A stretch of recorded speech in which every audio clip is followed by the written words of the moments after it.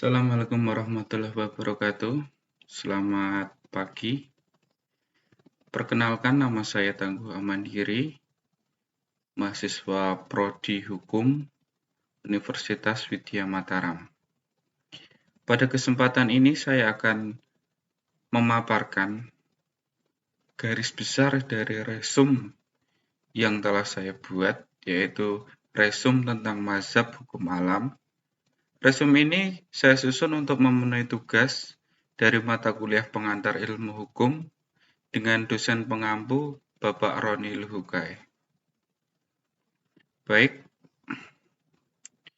saya akan memaparkan tentang mazhab hukum alam, namun pada kesempatan ini saya akan menjelaskan garis besarnya. Mulai dari latar belakang.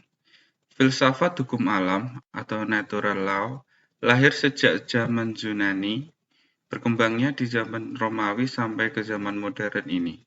Pemukanya antara lain Plato, Aristoteles, Marcus Tullius Cicero, Saint Augustine, Saint Thomas Aquinas, Grotius, Thomas Hobbes, dan John Locke. Pernyataan real pertama dari teori hukum alam dari sudut terminologi filsafat berasal dari abad ke-6 sebelum Masehi. Hukum manusia dikatakan mendapat tempatnya dalam tatanan benda-benda berdasarkan atas kekuatan yang mengontrol segala hal. Reaksi dari ajaran ini datang pada abad-abad berikutnya di mana ada perbedaan dan kemungkinan timbul konflik antara hukum alam dan hukum yang telah dibuat manusia.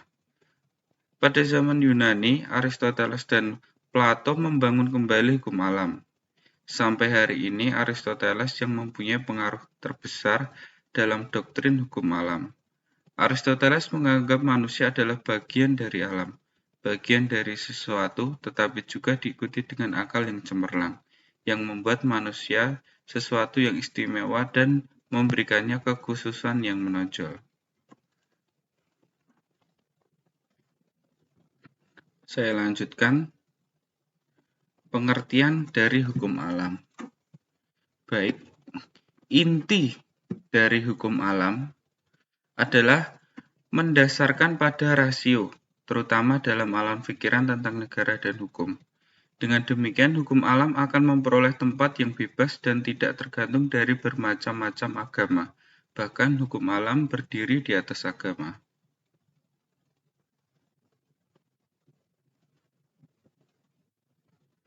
Kemudian teori hukum alam. Teori hukum alam memiliki beberapa tokoh terkemuka antara lain Aristoteles, Thomas Aquino, dan Hugo de Groot.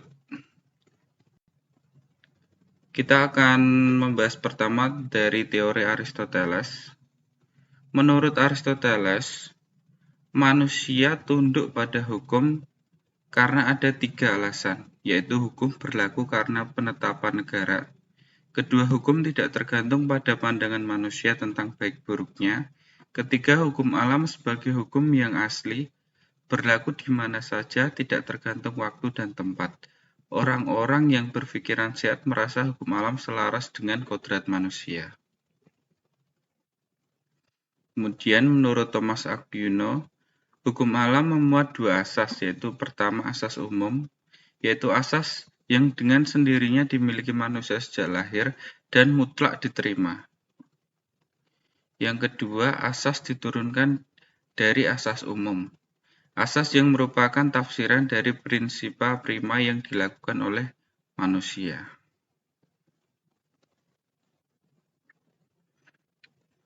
Kemudian, pemikir teori hukum alam. Cukup banyak filsuf yang menjadi pemikir atau penggagas dari teori hukum alam. Pemikiran masing-masing tokoh hukum alam tersebut antara lain sebagai berikut. Yang pertama adalah Plato. Meskipun Plato tidak memiliki teori secara eksplisit mengenai hukum alam, namun pemikirannya tentang alam menurut John Wald mengandung beberapa elemen yang ditemukan dalam teori hukum alam. Menurut Plato, kita semua hidup dalam dunia yang tertata.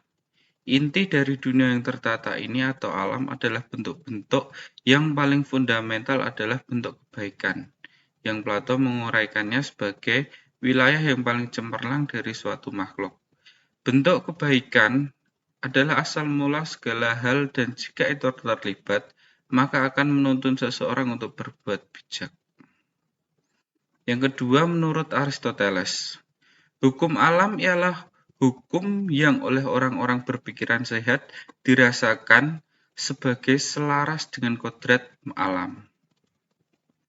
Yang ketiga, menurut Marcus Tullius Cicero, dengan aliran Stoiknya, konsep hukum alam diartikan sebagai prinsip yang diresapi alam semesta, yaitu alam yang menjadi dasar bagi hukum dan keadilan. Keempat, menurut Thomas van Aquino, penganut hukum alam ini dari aliran skolastik, bahwa segala kejadian di alam dunia ini diperintah dan dikemudikan oleh akal ketuhanan. Hukum ketuhanan adalah yang paling tinggi. Kemudian Hugo de Groot dalam bukunya De Jure Belli ac Pacis mengatakan bahwa sumber hukum alam adalah pikiran atau akal manusia. Hukum alam ialah pertimbangan yang menunjukkan mana yang benar dan mana yang tidak benar. Kemudian fungsi dari hukum alam. Menurut Sujono Dirjosisworo dalam Ishak, fungsi hukum alam terdapat hukum positif adalah sebagai berikut. Hukum alam sebagai sarana koreksi bagi hukum positif. Hukum alam menjadi inti hukum positif seperti hukum internasional. Kemudian hukum alam sebagai pembenaran hak asasi manusia. Kemudian menurut Friedman dalam Sucipto Raharjo, fungsi hukum alam adalah sebagai berikut. Pertama, instrumen utama pada saat hukum perdata Romawi kuno ditransformasikan menjadi suatu sistem internasional yang luas. Kemudian menjadi senjata yang dipakai oleh kedua pihak dalam pergaulan mereka. Dalam hal ini pihak gereja dan pihak kerajaan. Kemudian keabsahan hukum internasional ditegakkan atas nama hukum alam. Yang terakhir menjadi tumpuan pada saat orang melancarkan perjuangan bagi kebebasan individu berhadapan dengan absolutisme. Kemudian yang selanjutnya adalah kekuatan dan kelemahan hukum alam. Prinsip utama hukum alam adalah hukum tersebut bersifat universal. Nilai-nilai yang diajarkan dalam hukum alam berlaku bagi semua pihak, tidak berubah karena kaitannya dengan alam. Universalitas tersebut menjadi kekuatan hukum alam karena ia menjadi ukuran validitas hukum positif. Hukum alam dapat digunakan sebagai landasan dalam melakukan kritik terhadap keputusan-keputusan dan peraturan-peraturan, bahkan mengkritik hukum. Kemudian, kelemahannya universalitas tersebut juga menjadi kelemahan dari hukum alam itu sendiri. Karena sifatnya yang universal, maka perlu untuk dilakukan positivisasi nilai-nilai dalam hukum alam tersebut, agar secara konkret dapat diketahui bentuk hukumnya, untuk dapat diterapkan dalam kehidupan sosial. Prinsip-prinsip dalam hukum alam bersifat abstrak, sehingga perlu di-breakdown atau diterjemahkan dalam peraturan yang lebih konkret. Yang terakhir adalah hukum alam zaman modern. Periode zaman Renaissance di Eropa, perdebatan tentang hukum alam terkait dengan isu hak-hak individu manusia dan batas-batas dari pemerintah. Hugo Grotius, Thomas Hobbes, dan John Locke banyak menulis tentang hukum internasional adalah pemuka hukum alam zaman modern. Kemudian, pemikiran hukum alam zaman modern dimulai oleh John Finnis. Pemikirannya adalah aplikasi dari pandangan Thomas Aquinas yang berhubungan dengan masalah etika.